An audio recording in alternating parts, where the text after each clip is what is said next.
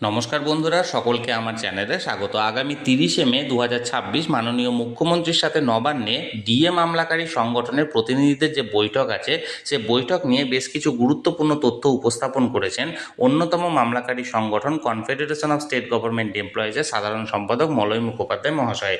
কি বলেছেন মলয়বাবু, আজকের ভিডিওতে আমরা বিস্তারিত জেনে নেব। ভিডিওটি অত্যন্ত গুরুত্বপূর্ণ, তাই প্রথম থেকে শেষ পর্যন্ত অবশ্যই দেখবেন এবং ভালো লেগে থাকলে অবশ্যই লাইক, শেয়ার এবং সেই সাথে চ্যানেলটিকে সাবস্ক্রাইব করে নিতে ভুলবেন না। তাহলে চলুন আমরা বিস্তারিত জেনে নিই। দেখুন, এখানে বক্তব্যটা উঠে আসবে পঞ্চম বেতন কমিশনের ডিএ মামলার রায়। কেন বলছি?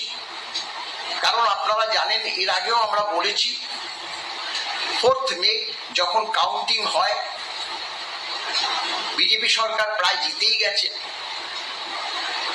তখন সেই সময় সর্বোচ্চ আদালতে সরকারের যে advocate on record Kunal Mimani, তিনি রেজিস্ট্রার অফ কোর্টের কাছে, কারণ 6 তারিখে মামলাটা ছিল, সেখানে প্রে করে যে ডিএ মামলাটা যাতে 3 সপ্তাহ পিছিয়ে দেওয়া হয়।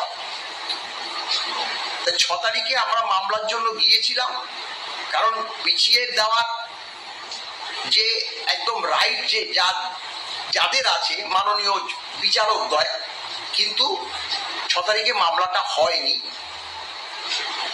সেমতা অবস্থায় মামলাটা আছে, যেহেতু 3 সপ্তাহ পিছিয়ে দেওয়ার কথা বলেছে রেজিস্ট্রার অফ কোর্ট, হয়তো সেই 3 সপ্তাহটা দেখে নিতে চাইছে।